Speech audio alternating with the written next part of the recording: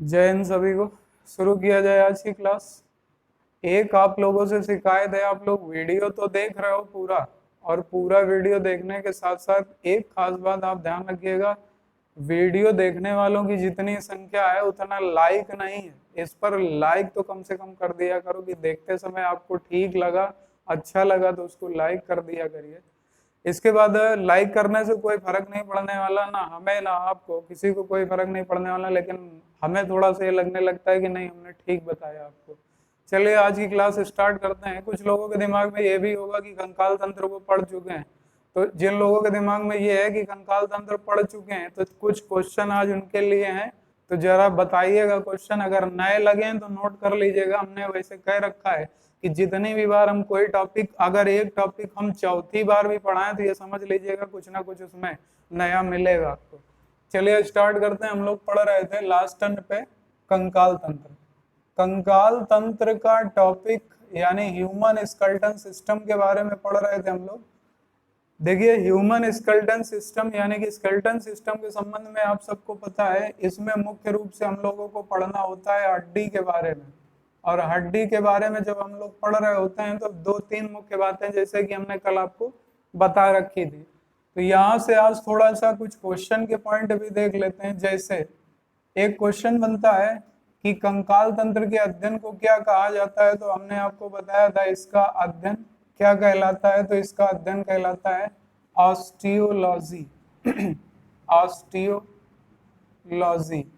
Osteology के नाम से इसे जाना जाता है।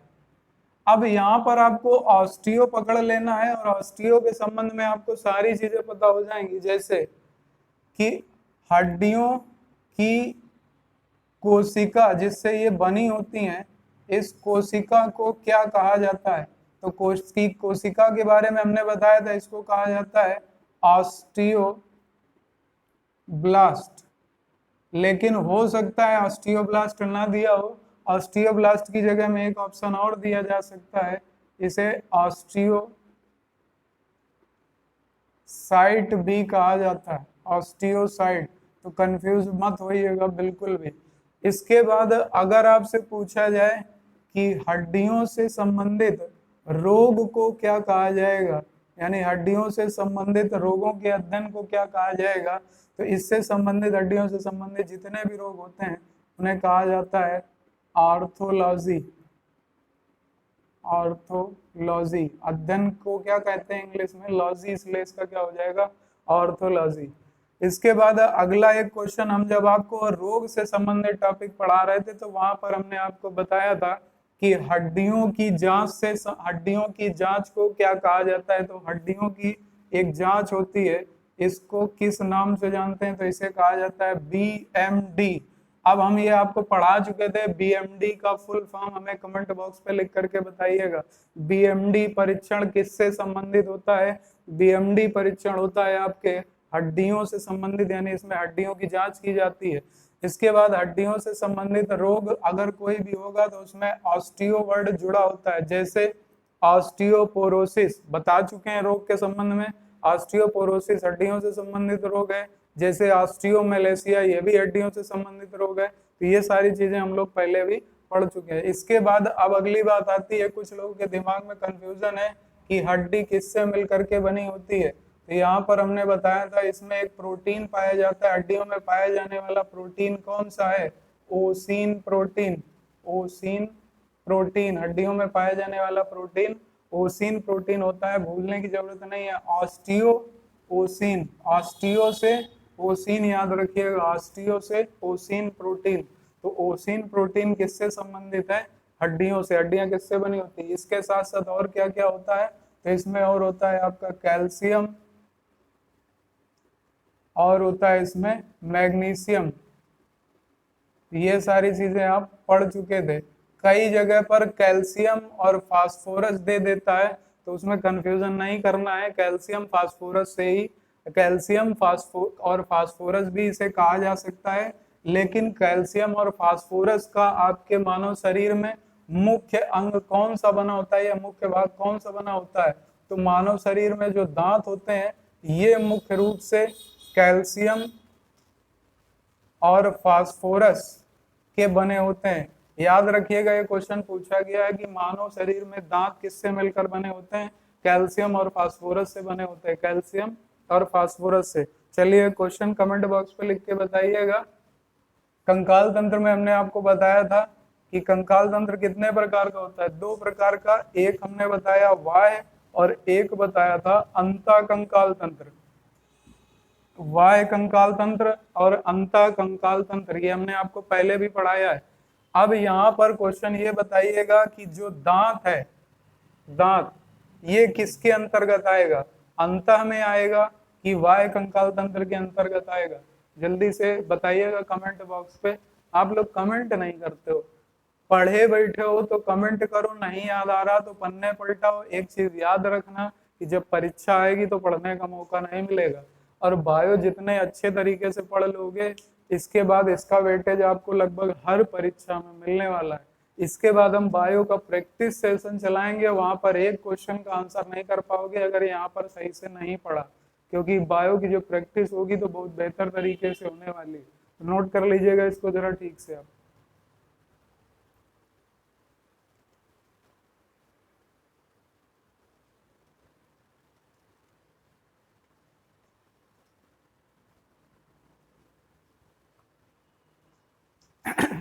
अब देखिए यहाँ पर हमने आपको वाय कंकाल से जुड़ी हुई कुछ एग्जाम्पल दिए थे।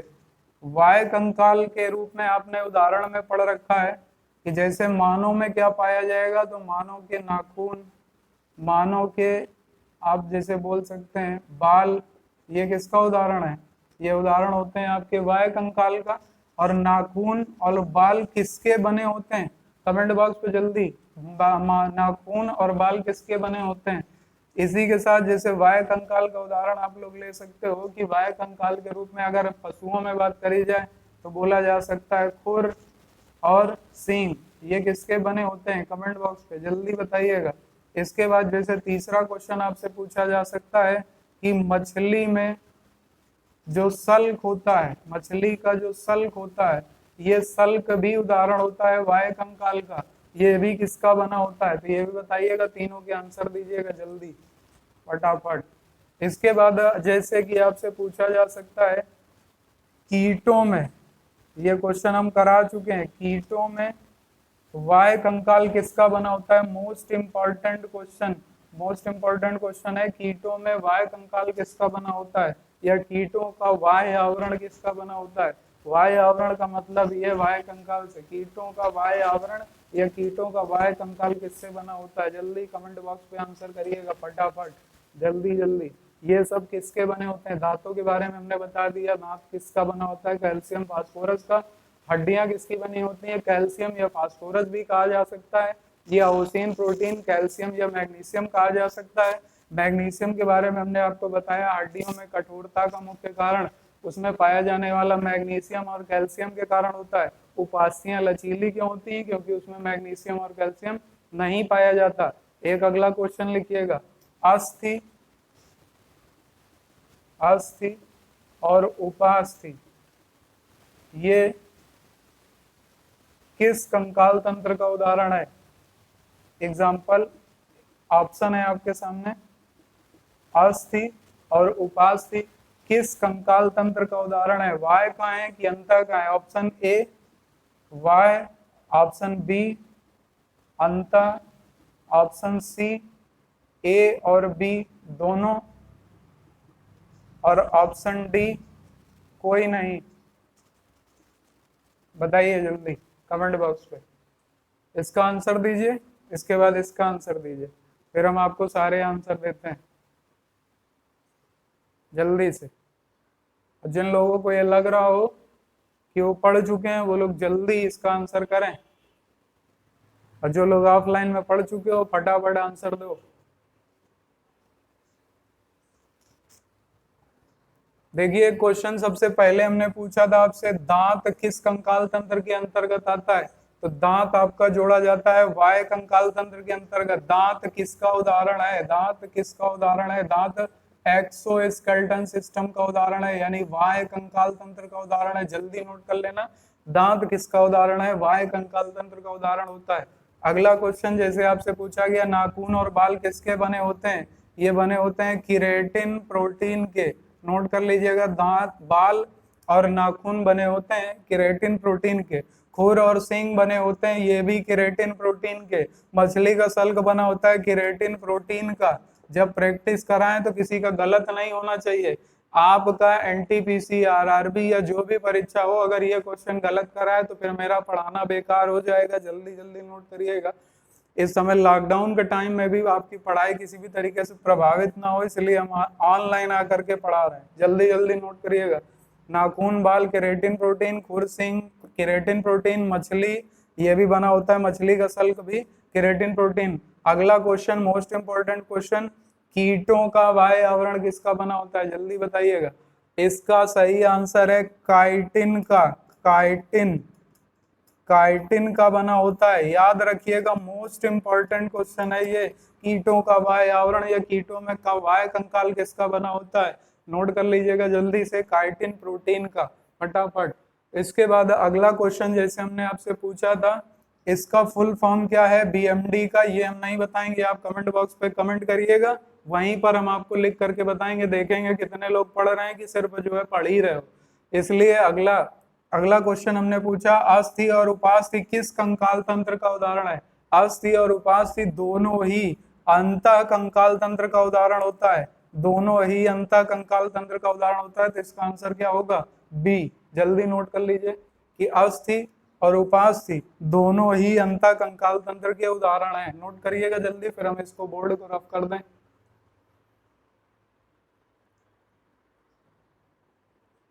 चलिए कल के लिए क्वेश्चन नोट करिएगा। पक्षी के चोंच व पंख ये किस कंकाल का उदाहरण है? अंतः का या वाय का? जल्दी बताइएगा। पक्षी के चोंच व पंख किस कंकाल तंत्र का उदाहरण है? दूसरा, पक्षी के चोंच व पंख किसके बने होते हैं? पक्षी के चोंच व पंख किसके बने होते हैं और ये कौन सा कंकाल होता है, अंतः की वाय? जल्दी बताओ।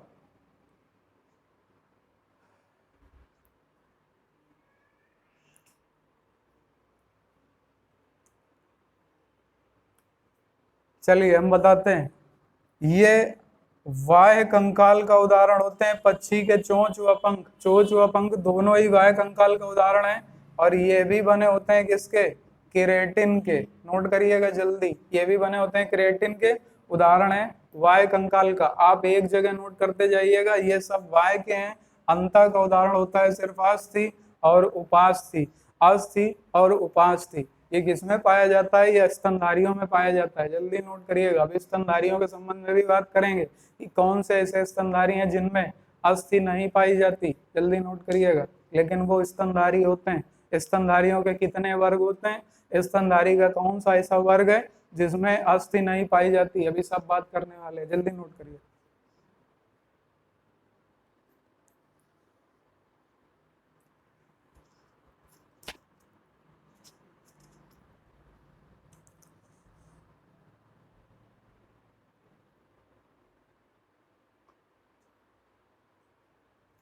चलिए नोट कर लिया होगा।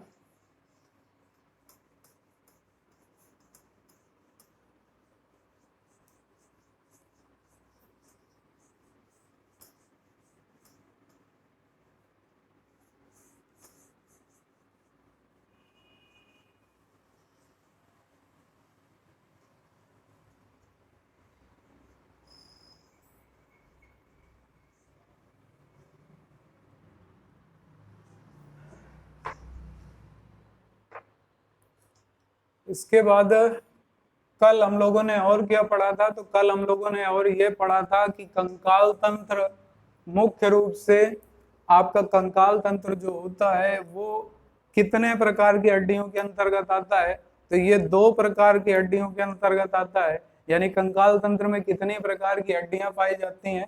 तो 2 प्रकार की हड्डियां पाई जाती हैं। एक को आपने पढ़ा था एक्सियल बोन और एक को पढ़ा था आपने पेरिफेरल बोन। अब जरा इसको हम बहुत ध्यान से देखिएगा, इसके आगे बहुत ध्यान से, इसके आगे हम थोड़ा सा एक्सप्लेन करने जा रहे हैं। तो जो कल आपने नोट किया था उसी में कुछ पॉइंट और ऐड कर लीजिएगा। जैसे कि अगर आपसे कभी ये पूछा जाए कि कंकाल तंत्र का निर्माण किस अवस्था में होता है, कंकाल तंत्र का निर्माण किस अवस्था से होता है। देखिए बच्चा जब पेट में होता है तो उसकी स्टार्टिंग कहाँ से होती है, भ्रूण से। भ्रूण के बाद विकसित होने तक, भ्रूण के बाद बच्चे के विकसित होने तक यानी बच्चे की अवस्था तक आने तक 3 स्तर पाए जाते हैं, 3 स्तर। एक स्तर होता है जिसे कहा जाता है मीसोडर्म, मीसोडर्म नोट कर लीजिएगा, बहुत इंपॉर्टेंट क्वेश्चन है, डीप में पूछा जाता है ये। मीसोडर्म भ्रूण अवस्था से लेकर के विकसित होने तक की 3 अवस्थाएं होती हैं। एक अवस्था होती है मीसोडर्म, एक अवस्था होती है एंडोडर्म और एक अवस्था होती है एक्टोडर्म। मीसोडर्म, इसके बाद एक्टोडर्म और इसके बाद तीसरी अवस्था आती है इसमें, इसको बोलते हैं एंडोडर्म। एंडोडर्म 3 अवस्थाएं होती हैं विकसित होने की। इसमें अलग अलग शरीर के भाग निर्मित होते हैं, किसी में त्वचा निर्मित होती है, किसी में आपका अंतःकंकाल तंत्र यानी हड्डियों का भाग निर्मित होता है। तो क्वेश्चन यहाँ से जब भी आपसे पूछेगा आपके समझ में नहीं आएगा क्वेश्चन क्या पूछा गया है, तो यहाँ पर याद रखिएगा भ्रूण अवस्था से बच्चे के विकसित होने तक की अवस्था के अंतर्गत किस अवस्था में कंकाल तंत्र का विकास होता है, यानी कौन सी ऐसी अवस्था है जो आगे जाकर के कंकाल तंत्र यानी हड्डियों के रूप में परिवर्तित होती है। इसका आंसर हमेशा याद रखिएगा मीसोडर्म। मीसोडर्म अवस्था है जो कंकाल तंत्र के अंतर्गत विकसित होती है, यानी ये हड्डियों के रूप में रूपांतरित हो जाती है। नोट कर लीजिएगा, मीसोडर्म अवस्था से मानव में कंकाल तंत्र का विकास होता है। मीसोडर्म अवस्था से मानव में कंकाल तंत्र विकसित होता है, या मीसोडर्म अवस्था से मानव में हड्डियों का विकास होता है। जल्दी नोट करिएगा फटाफट, अभी बहुत से क्वेश्चन हैं जो कल वाले में आपको ऐड करने हैं। इसके बाद अगली बात कर लेते हैं, जैसे कि एक क्वेश्चन कल हम लोग बात करी थी हम लोगों ने कि कंकाल तंत्र 2 प्रकार की हड्डियों से बना होता है। एक के बारे में हम लोगों ने बात किया जिन्हें कहा जाता है एक्सियल बोन, और एक के बारे में हम लोगों ने पढ़ा था जिसे कहा जाता है पेरीफेरल बोन। पेरीफेरल बोन, अब जरा यहाँ पर ध्यान रखिएगा, इसको हम लोगों ने पढ़ा था अक्षीय अस्थि, अस्थि यानी हड्डी, और इसको पढ़ा था हम लोगों ने, इसको पढ़ा था परिधीय अस्थि, परिधीय अस्थि। अब आपसे नाम बदल करके पूछेगा, आप कंफ्यूज हो जाओगे, नाम बदलने पर कंफ्यूज मत होना। इसको और इसको अलग अलग नाम भी दिए जाते हैं, जैसे इसका नाम कल हमने बताया था, इसे सेंटर बोन के नाम से भी जाना जाता है। ये सबसे मध्य भाग में होती है, जैसे खोपड़ी, इसके बाद चेहरा, इसके बाद गर्दन, रीढ़, ये सारे भाग, इसके बाद रिब्स यानी पसलियां, ये सब एक्सियल बोन होती हैं। पेरीफेरल बोन को और भी नाम दिया जाता है, पेरीफेरल बोन को उपांगीय अस्थि भी का लिख दिया जाता है, उपांगीय अस्थि या उपांगीय हड्डियां भी कहा जाता है, कंफ्यूज मत होइएगा, उपांगीय अस्थियां भी इन्हें कहा जाता है। तो जल्दी नोट कर लीजिएगा, इन्हें उपांगी वहीं पर या लगा करके लिख लीजिएगा, पेरीफेरल या परिधीय अस्थि या उपांगी अस्थि, जल्दी नोट कर लीजिएगा। इसके बाद जैसे आपसे क्वेश्चन पूछा जा सकता है, उपांगी को इंग्लिश में लिखा जा सकता है अपेंडिकुलर, अपेंडिकुलर हो सकता है क्वेश्चन आपको बनाए और ऑप्शन में अपेंडिकुलर डाले, पेरीफेरल ना डाले, तो अपेंडिकुलर भी किसको कहते हैं, पेरीफेरल यानी अपेंडिकुलर यानी उपांगी अस्थि। अब कल बात हुई थी कि इसके अंतर्गत कितनी हड्डियां आती हैं, तो 80, और इसके अंतर्गत कितनी हड्डियां आती हैं, तो 120। फिर हमने बताया था जो 6 हड्डियां होती हैं वो 20 से इसे जोड़ती हैं, तो टोटल मिला करके कितनी बन जाती हैं, 206। अगर हम आपसे क्वेश्चन पूछे कि ये जो 6 हड्डियां हैं ये किस में रखोगे, पेरीफेरल में रखोगे कि एक्सियल में रखोगे, जल्दी आंसर करो कमेंट बॉक्स पे। आज बहुत डीप में जा रहे हैं, आज बहुत डीप से पढ़ा रहे हैं, बहुत ध्यान से पढ़ लेना। किसी को भी कोई कंफ्यूजन हो तुरंत मैसेज करना। आज डीप में भी आवाज एक चीज और सोच रहे हो कि आज हमारा माहौल बन गया है पुराना वाला, और पुराना वाला माहौल में हम जिस दिन आ गए उस दिन आपकी स्टडी बिल्कुल हेलीकॉप्टर स्पीड से भागेगी। तो याद रखिएगा जल्दी से, और उसके बाद मिसाइल वाली स्पीड जो हमारी पुरानी थी वही हम पकड़ लेंगे। जल्दी नोट करिएगा फटाफट और इसका आंसर करिएगा। ये 6 हड्डियां किस में आएंगी, उपांगी में आएंगी कि एक्सियल में आएंगी, जल्दी बताइए कमेंट बॉक्स पे। उपांगी में या इसके अंतर्गत। तो ये जो 6 हड्डियां होंगी हम आंसर बता दे रहे हैं, ये जोड़ी जाती हैं उपांगी के अंतर्गत। कभी भी कंफ्यूजन मत होना। अगर आपसे क्वेश्चन पूछ ले उपांगीय अस्थियों की कुल संख्या कितनी होती है, तो उपांगीय अस्थियों की कुल संख्या होती है 126। 126 याद रखिएगा, क्योंकि ये इसको कनेक्ट करती है। तो कनेक्ट करने, क्योंकि ये मुख्य अंग नहीं होता, ये उपअंग होता है, इसलिए 120 और 6 मिलाकर के 126 लिखा जाता है। अक्षीय ये मुख्य होती हैं जो कि मध्य में होती हैं, इसलिए ये इनकी संख्या कितनी होती है 80। जल्दी नोट करो फिर आगे और बताएं। बहुत सारे नए नए पॉइंट हैं, नए नए पॉइंट जो हमने निकाले हैं, और बहुत से नए पॉइंट हैं जो हमने आज काफी लंबे समय बाद आपको बताना उचित समझा, और डीप में पढ़ा रहे हैं इसलिए बहुत ध्यान से पढ़ लीजिएगा।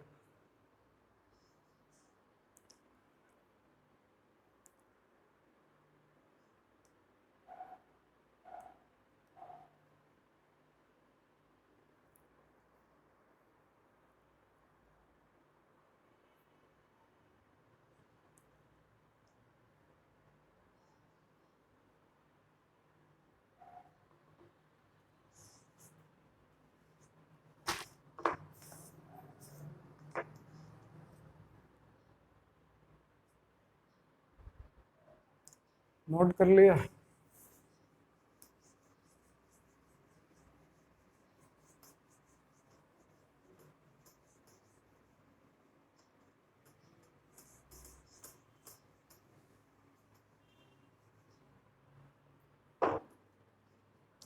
अब कल हम लोग पढ़ रहे थे एक्सियल बोन के बारे में। एक्सियल बोन की संख्या हम लोगों ने पढ़ी थी 80।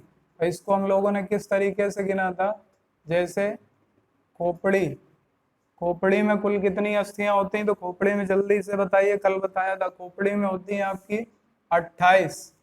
इसके बाद अगली हड्डी के बारे में बात हुई थी वाइड, वाइड कितनी 1। इसके बाद ये एक्सियल बोन के अंतर्गत पढ़ा गया था, रिवाइज करा रहे हैं, कुछ नए पॉइंट है जो अभी पूछने वाले हैं, हाँ बहुत ध्यान से देखना। इसके बाद अगला जैसे कि हम लोगों ने पढ़ा था रिब्स, रिब्स कितनी 24, या लिख सकते हैं 12 जोड़ी। इसके बाद अगली अगली कौन सी आएगी बताइए जल्दी, अगली हड्डी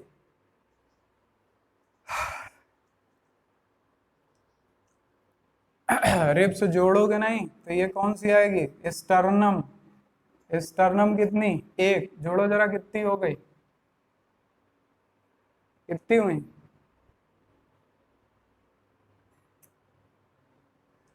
कौन सी रह गई, इसमें रह गई रीढ़ की हड्डी, रीढ़ की हड्डी जिसको इंग्लिश में क्या कहते हैं, बैकबोन। कितनी होती हैं 26। अच्छा चलो एक क्वेश्चन बताओ, 26 तो होती हैं वयस्क में, बच्चों में कितनी होती हैं, कमेंट बॉक्स पे कमेंट करो जल्दी।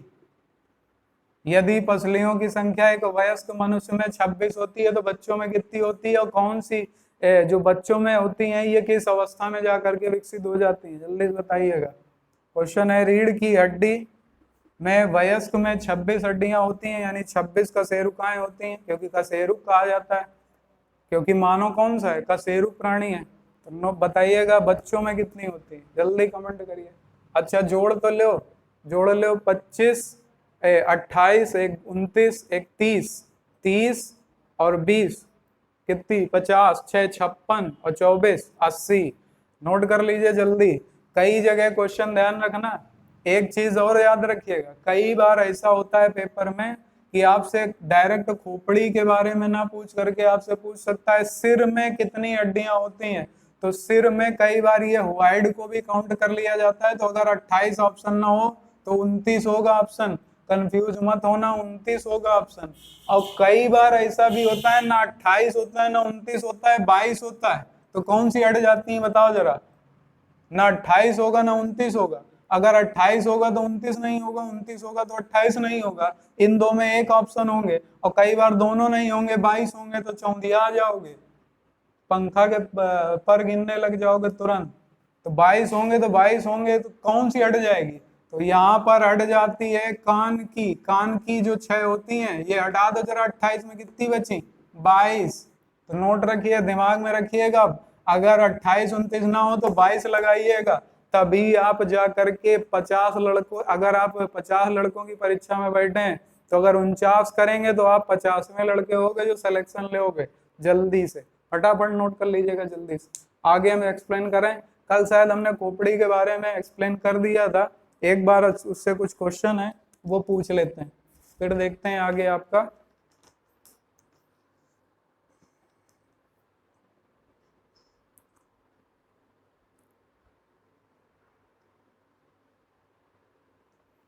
नोट कर लिया? अब जरा इससे हम कुछ क्वेश्चन पूछ रहे हैं, बहुत ध्यान से नोट कर लीजिएगा, एक नोट डाल दीजिएगा श्रद्धानुसार। हमें मालूम है जब भी हम क्लास में बोलते हैं कि नोट डाल दीजिएगा तो ज्यादातर लड़के हमसे पूछते हैं कितने का, आपकी जितने की श्रद्धा हो डाल दीजिए। एक्सियल बोन, ये सब क्या है? एक्सियल बोन है। तो इनकी टोटल संख्या कितनी होती है? इनकी टोटल संख्या होती है 80। अब नोट डाल दीजिए, मोस्ट इंपॉर्टेंट क्वेश्चन नोट डाल के लिखिएगा। नोट नंबर 1, कैसे हम ब्राह्मण आदमी पंडित आदमी नोटे डलवाए रहेंगे तो नोट डालना पड़ेगा। फुट कर लेके बैठो, जल्दी जल्दी फुट कर लेके बैठो, फटाफट डालते रहो। नोट नंबर 1, पहला क्वेश्चन। अब क्योंकि एक्सीएल हम खत्म करने जा रहे हैं इसलिए इससे रिलेटेड बात कर रहे हैं। अभी वाइड यानी खोपड़ी की सिर्फ बात हुई थी, अब खोपड़ी की बात आ रहा है, सारा काम भैया खोपड़ी का है। एक क्वेश्चन पूछा जाता है कि आपका मस्तिष्क जिन 8 हड्डियों के संयुक्त भाग में संरक्षित होता है या सुरक्षित होता है उसे क्या कहते हैं? जल्दी बताओ आंसर फटाफट। इसके बाद अगला नोट नंबर 1, नोट नंबर 1 ये है कि आंख सुरक्षित रखने वाली हड्डी। या क्वेश्चन पूछा जा सकता है कि आंख में कौन सी हड्डी पाई जाती? तो भैया आंख में तो कोई हड्डी पाई नहीं जाती, लेकिन आंख जब ये आपका कोई कंकाल तंत्र का चित्र देखोगे या थोड़ी देर के लिए एज्यूम कर लो कि आपकी ये दोनों आंखें निकल जाएं, निकलने के भगवान ना करे ऐसा हो, अगर मान लीजिए ये दोनों आंखें निकाल दी जाए तो इसके पीछे इस तरीके से एक संरचना होगी, गड्ढा। जो गड्ढा होगा उसके ऊपर ये आंख इस तरीके से लगी होती, तो ये जो पीछे से आंख के पीछे जो हड्डियां होंगी तो ये इधर भी होगी और इधर भी होगी। इन हड्डियों को क्या कहा जाता है? पूछा गया है आपका क्वेश्चन, ये बताइएगा।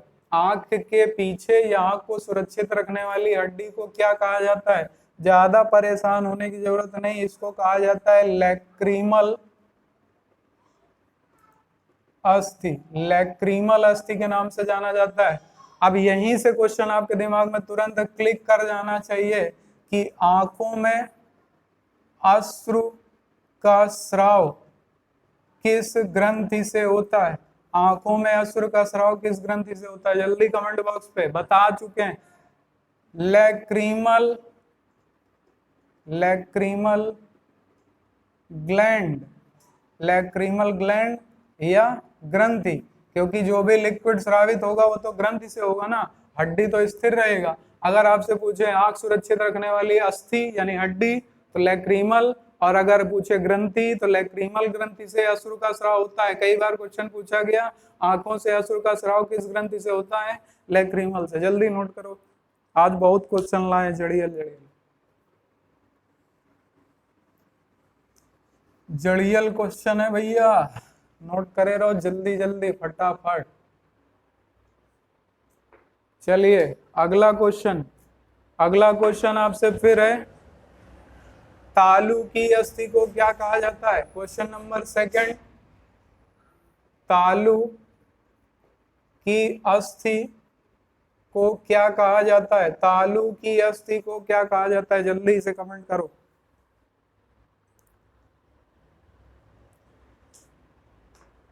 तालू की अस्थि को क्या कहा जाता है?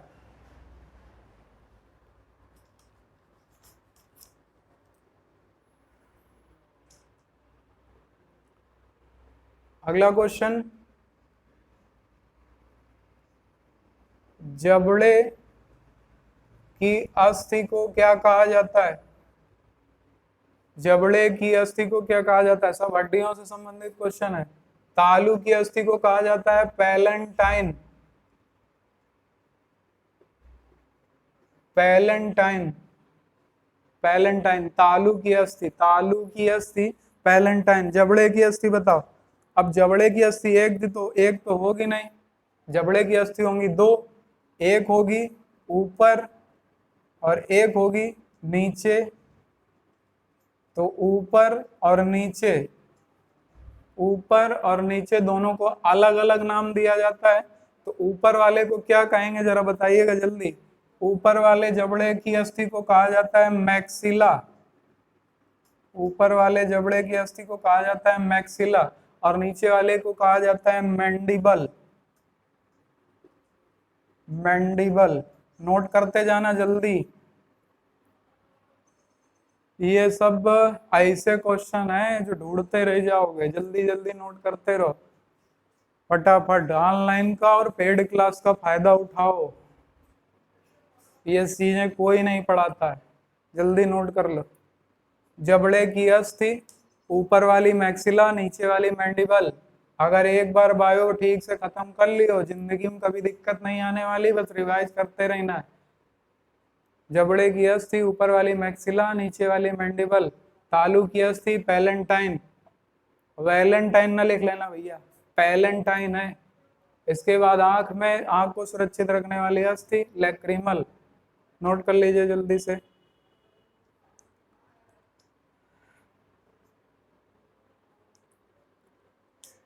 इसके बाद एक क्वेश्चन है, कई बार पूछा गया, जैसे कि पिछली कुछ परीक्षाओं में ये आ चुका है, थोड़ा सा हम जगह रफ कर रहे हैं।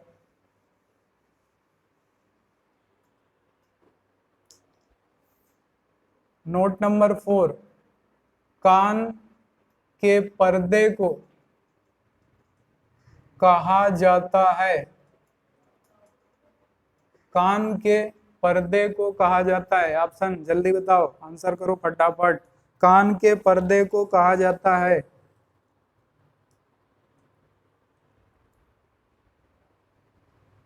कान के पर्दे को कहा जाता है। कान का पर्दा इंग्लिश में बोलोगे तो ईयर ड्रम। इसे साइंस की भाषा में क्या कहा जाता है? साइंस में इसे कहा जाता है टिपेनम। कान के पर्दे को टिपेनम कहा जाता है। इसके बाद 5वां पॉइंट, कान का मुख्य कार्य क्या है? कान का मुख्य कार्य, जल्दी से, ये क्वेश्चन नहीं बताएंगे, ये आप पहले कमेंट बॉक्स पे कमेंट करना, फिर कमेंट बॉक्स पे हम भी आंसर करेंगे, वहां से आप देखोगे इसको, जल्दी से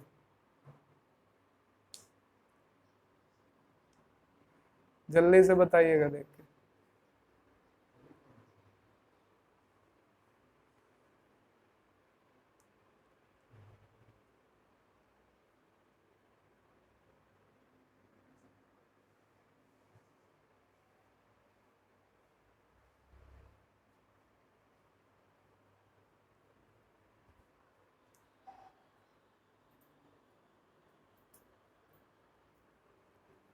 नोट कर लिया? अच्छा, एक चीज और बताना, कंकाल तंत्र कहो तो हम जल्दी खत्म कर दें, और अगर बेहतर तरीके से पढ़ना हो, जैसा पढ़ा रहे हैं, अगर ऐसे ही पढ़ना चाहते हो तो कमेंट बॉक्स पे एक बार भैया मेरे कमेंट कर देना, लिख देना कि यही कंटिन्यू, ऐसे ही कंटिन्यू करना है। तो अगर ऐसे ही कंटिन्यू करना हो तो कमेंट बॉक्स पे नीचे जा करके लिख दीजिएगा एक बार कि इसी तरीके से कंटिन्यू रखें हम। तो कुछ लिख करके एक ऐसा संबोधन डालिएगा, ये आप बता देना, तो हम इसको शॉर्ट में खत्म कर देंगे। हमारे पास 3-4 तरीके हैं इसको खत्म करने के, हम बहुत अच्छी तरीके से आपको पढ़ा रहे हैं। हाँ, ऑफलाइन क्लास में इतना डीप में नहीं जाएंगे, ऑफलाइन क्लास में चीजों को जल्दी खत्म कर देंगे। तो ये जल्दी जल्दी नोट कर लेना, ये स्पेशल। अब यहाँ कान का मुख्य कार्य क्या है, कमेंट बॉक्स पे आप कमेंट करना, हम इसका आंसर नहीं देंगे, आप इसका आंसर हमें ढूंढ करके कल देंगे। कल की जब नेक्स्ट क्लास होगी तब हम इसके बारे में बात करेंगे। तो चलिए अगला क्वेश्चन देख लेते हैं। अगला क्वेश्चन, जैसे कि आपको कल हमने बताया था कि कान की सबसे छोटी हड्डी कौन सी होती है, कमेंट बॉक्स पे लिख करके बताइएगा। कल पढ़ चुके हो आप लोग, कान की सबसे छोटी हड्डी कौन सी होती है? तो कान की सबसे छोटी हड्डी होती है, कान की कान की सबसे छोटी हड्डी कौन सी होती है? कमेंट बॉक्स में बताइएगा। 7वां क्वेश्चन, शरीर की सबसे छोटी हड्डी कौन सी होती है? शरीर की सबसे छोटी हड्डी कौन सी होती है? इसका आकार भी बताइएगा। इसका आकार कितना होता है? इसका आकार कितना होता है? जल्दी जल्दी जरा बताइए फटाफट। अगर आज पढ़ने में मजा आ गया तो फटाफट जल्दी कमेंट करिएगा कि मजा आ गया आज पढ़ने में, बहुत अच्छी लगी आज की क्लास। तो ऐसी ही क्लासें आपको मिलती रहेंगी धुआंधार लगातार।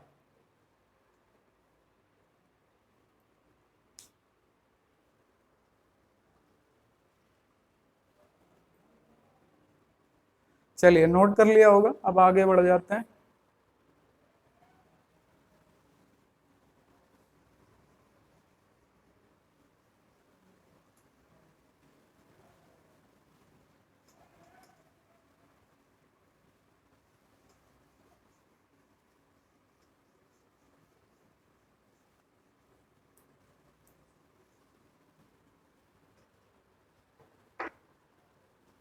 नोट कर लिया भाई सबने? आगे आगे कंटिन्यू करें। चलिए आगे कंटिन्यू करते हैं। आगे कंटिन्यू करने के पहले कल हम लोग पढ़ चुके थे खोपड़ी के बारे में, जिसमें 28 हड्डियों के बारे में हम लोग पढ़ चुके थे। क्रेनियम, क्रेनियम के बाद हम लोग पढ़ चुके थे कि फ्लैट बोन के नाम से किसे जाना जाता है। तो फ्लैट बोन आपकी कही जाती है। कपाल की अस्थियां, कपाल की अस्थियां कितनी होती हैं? 8 होती हैं। इसके बाद फेशियल बोन कितनी होती हैं? 14 होती हैं। इसके बाद कान में कितनी होती हैं? तो कुल होती हैं 6। तो 28 इस तरीके से हो गई थी। और 29वीं जो है वो है व्हाइट। इसके बारे में भी हम बात करने वाले हैं। कई बार एग्जाम पेपर में एग्जामिनर इसको जोड़ देता है, यानी 28 में एक जोड़ करके बात करता है। तो 28 में एक जोड़ करके जब इसके बारे में बात करता है तो हम लोग वहां पर आंसर 29 करते हैं। लेकिन कई बार कान की अस्थियां वहां से हटा दी जाती हैं, तो इसलिए वहां पर आंसर 22 कर लिया जाता है। तो ये सारी चीजें आप समझ लीजिएगा। इसके बाद आप कमेंट बॉक्स पे कमेंट करिएगा। अब हम इसको आगे लेकर के चलते हैं टॉपिक को। अगला टॉपिक हम उठाने जा रहे हैं आपका कंकाल तंत्र में एक्सियल बोन में जो आपने पढ़ा था। एक्सियल बोन की कुल संख्या थी 28, जिसमें हम लोगों ने विभाजित किया था खोपड़ी। तो खोपड़ी में हम लोग पढ़े थे 28। इसके बाद पढ़ा था वाइड के बारे में, वाइड 1। इसके बाद रिब्स के बारे में, रिब्स यानी पसलियां, पसलियां। इसके बाद पसलियों की संख्या, तो इनकी कुल संख्या 24 या 12 जोड़ी होती है। इसके बाद जैसे हम लोग आगे पढ़ रहे थे बैक बोन, तो बैक बोन कितनी होती है? Back bone 26। हाँ, एक क्वेश्चन अभी हमने पूछा था आपसे कि वयस्क में बैक बोन यानी कशेरुकाओं की संख्या, इसको हिंदी में कशेरुक दंड भी कहा जाता है, कशेरुक दंड या मेरुरज्जु भी कहा जाता है। वयस्क में इनकी संख्या 26 होती है। तो बच्चों में इनकी संख्या कितनी होती है? अभी हमने आपसे क्वेश्चन पूछा था, जल्दी से बताइएगा। अभी इस टॉपिक पे जब आएंगे तो ये आंसर भी आपको देंगे। अगर आप जानते हो तो जल्दी से आंसर करिएगा कितनी होती है। अब आगे हम इसको कंटिन्यू करते हैं। तो अगला टॉपिक हम लोग लेते हैं रिब्स का। अच्छा, इसमें एक हड्डी शायद छूट गई, ये है आपकी स्टर्नम, स्टर्नम ये एक। तो अब हम लोग जरा इसको आगे कंटिन्यू करते हैं, फिर एक्सियल बोन को खत्म करते हैं।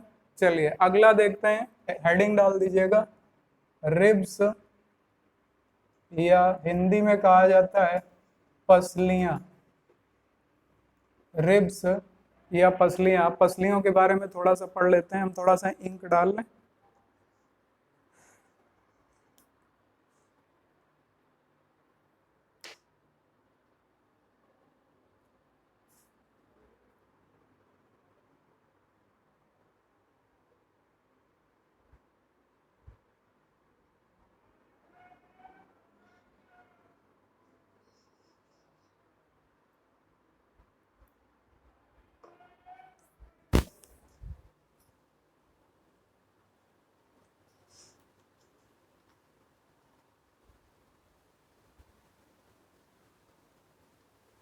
आज पूरे मूड पे आए हम पढ़ाने, और आज पुराना वाला मूड मेरा वापस आ गया है। लॉकडाउन की वजह से कुछ डिस्टरबेंस रहे, आज से फिर से हम अपने पूरे मूड से हैं। तो रिब्स यानी कि पसलियों के बारे में हम लोग पढ़ लेते हैं, चलिए।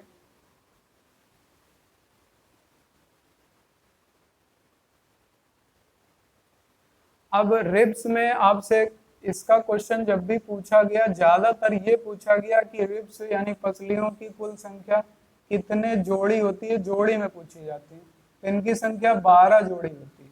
यानी अगर कुल की बात करें तो कुल संख्या कितनी होगी, तो कुल होती है 24। अब हम लोग थोड़ा सा और डीप में चलते हैं और ध्यान से देखते हैं। देखिए, सबसे पहली चीज ये होती है कि जो आपकी पसलियां होती हैं ये आगे की ओर एक हड्डी से जुड़ी होती हैं। इसके बाद जो पसलियां पीछे जा करके, जैसे ये पसलियां आप खुद भी हाथ लगा करके देख सकते हो। अब हमारे तो जल्दी समझ में आ जाएंगी। बहुत से लोग बैठे हो गए लॉकडाउन में, आओ चौड़ा आ गए हो गए, तो पसली नहीं मिल रही होगी, हमारे मिल रही।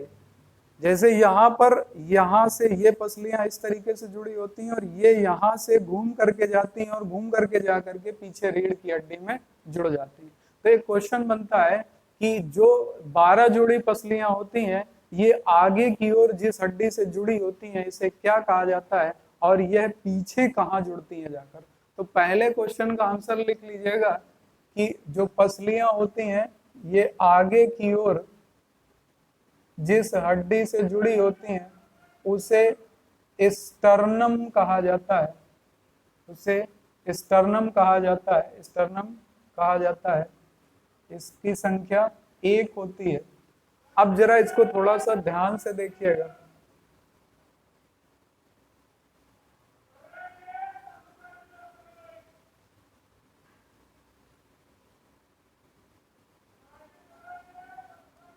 ये मान लेते हैं आपका आगे का भाग है। इसके बाद थोड़ा सा समझाने के लिए हम यहाँ पर आपका ये मान लेते हैं ये रीढ़ की हड्डी का भाग है।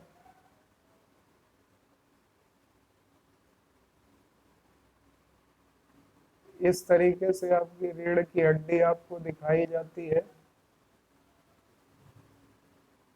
ये तो ये जो सामने वाली हड्डी है, ये सामने वाली हड्डी है, इसी को बोलते हैं स्टर्नम। स्टर्नम, ये हड्डी स्टर्नम।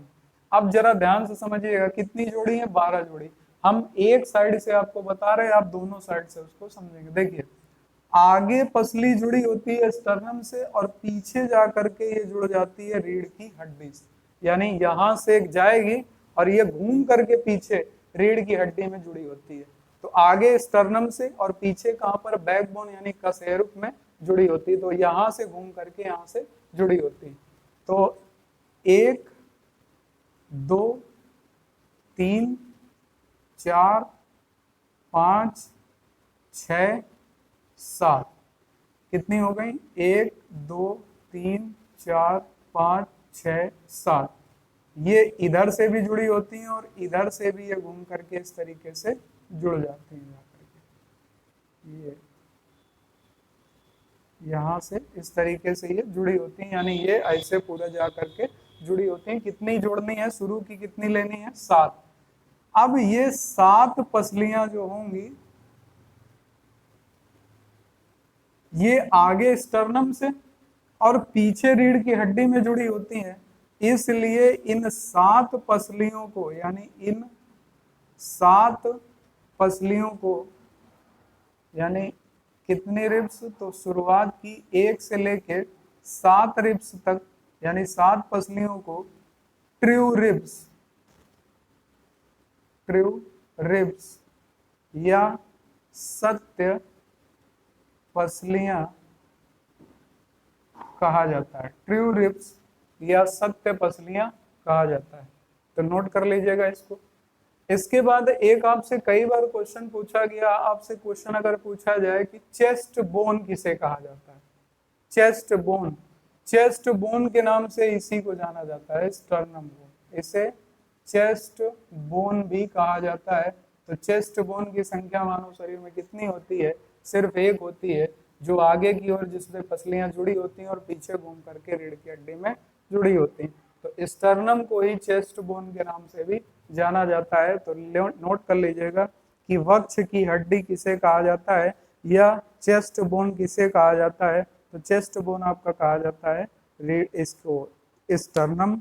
और हिंदी में स्टर्नम को और क्या कहा जाता है, तो हिंदी में इसे कहा जाता है उरोसधि। उरोसधि नोट कर लीजिएगा जल्दी से। 7 हो गई। अब देखिए इसके बाद 8वीं निकली होती है 7वीं से, 9वीं निकली होती है 8वीं से, और 10वीं निकली होती है 9वीं से। यानी 8, 9, 10। तो ये कितनी हो गई? 8वीं स्टर्नम से नहीं जुड़ेगी, ना 9वीं स्टर्नम से जुड़ेगी, ना 10वीं स्टर्नम से जुड़ेगी, लेकिन पीछे रीढ़ की हड्डी में ये जुड़ी होगी, आगे स्टर्नम में नहीं जुड़ी होगी। तो आपसे ये पूछा जा सकता है कि 8, 9, 10। चलिए अभी आगे और पूछते हैं क्वेश्चन। 1, 2, 3 यानी 8, 9, 10 ये पसलियां आगे की ओर स्टर्नम से नहीं जुड़ी होती, लेकिन पीछे रीढ़ की हड्डी में जुड़ी होती हैं। तो इन्हें किस नाम से जाना जाता है?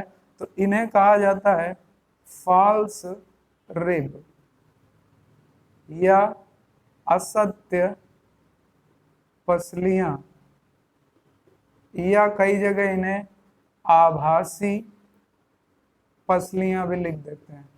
तो आभासी पसलियां नोट कर लीजिएगा। इसके बाद अब बचती हैं कितनी हो गई? 10 हो गई। एक साइड 10, दोनों साइड 20। तो अब यहां से बचती कितनी है? अब बची आपकी 2। तो जो 2 रिब्स होती हैं वो आपकी यहां पर इस तरीके से पीछे रीढ़ की हड्डी में जुड़ी होती हैं, ऐसे यूं। ये रीढ़ की हड्डी में तो जुड़ी होती हैं, लेकिन आगे स्टर्नम में नहीं जुड़ी होती। अब जरा ध्यान से समझिएगा तो पूरा फिगर समझ में आ जाएगा। शुरुआत में स्टर्नम से जुड़ी हैं कितनी? 7। 1, 2, 3, 4, 5, 6, 7 यानी 7 तक पीछे रीढ़ से और आगे स्टर्नम से जुड़ी, तो ट्रू रिब्स हो गई। 7 दूनी 14 यानी एक साइड 7, कुल कितनी? 14। इसके बाद 8वीं निकलेगी 7वीं से, 9वीं निकलेगी 8वीं से, और 10वीं निकलेगी 9वीं से। तो 3 वो हो गई। तो 3 दूनी 6, कुल संख्या कितनी हो जाएगी? 6। इसके बाद बची 2 होती हैं यहाँ पर पीछे रीढ़ की हड्डी पे जुड़ी होती हैं, इस जगह पर यहाँ रीढ़ की हड्डी पे जुड़ी होती हैं, और रीढ़ की हड्डी पे जुड़े होने के इधर पीछे की तरफ दोनों निकली होती हैं, और ये तैरती हुई अवस्था में होती हैं, यानी तैरती हुई अवस्था में तरल में होती हैं, इसलिए ये तैरती हुई अवस्था में होती हैं। इसलिए नीचे की ये जो 2 होती हैं रिब्स, इनको कहा जाता है फ्लोटिंग रिब्स, यानी तैरती पसलियां। तैरती पसलियां या फ्लोटिंग रिब्स। अब जरा इनकी कुल संख्या के विषय में बात कर लें। तो अगर कुल संख्या पूछी जाए कि सत्य पसलियों की कुल संख्या कितनी होती है, तो ट्रू रिब्स की कुल संख्या एक साइड 7, तो दोनों साइड 14। तो इनकी कुल संख्या कितनी हो जाएगी? 14। अगर आपसे पूछा जाए फॉल्स रिब की संख्या कितनी होती है, तो फॉल्स रिब एक साइड कितनी? 3, तो दोनों साइड, तो इनकी कुल संख्या कितनी हो जाएगी? तो इनकी कुल संख्या हो जाती है 6। अगर आपसे पूछा जाए कि फ्लोटिंग रिब्स या तैरती हुई पसलियों की संख्या एक तरफ 2, तो कुल कितनी? 4। तो कुल संख्या इनकी कितनी हो गई? तो कुल संख्या हो जाती है 4। तो ये सारे क्वेश्चन आपके मोस्ट इम्पोर्टेंट हैं। इसको बहुत ध्यान से आप फिगर भी बना लीजिएगा और इसे नोट भी कर लीजिएगा।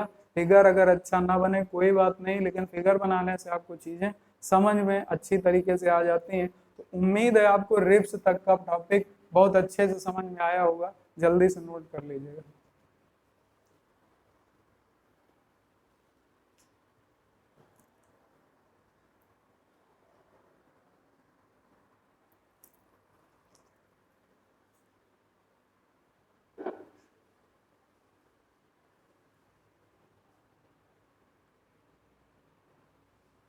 अगर आपको आज की क्लास बहुत अच्छी लगी हो, आप ऐसी ही क्लास आगे भी कंटिन्यू चाहते हो, तो मैसेज लिख के डालिएगा कि भाई मजा आ गया, आज की क्लास बहुत अच्छी लगी।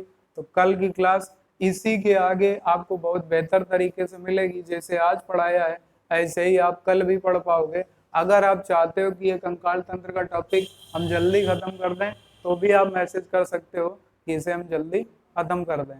तो आज के लिए यहीं तक रखेंगे, कल क्लास को इसी के आगे कंटिन्यू करेंगे। तब तक के लिए जय हिंद, वंदे मातरम।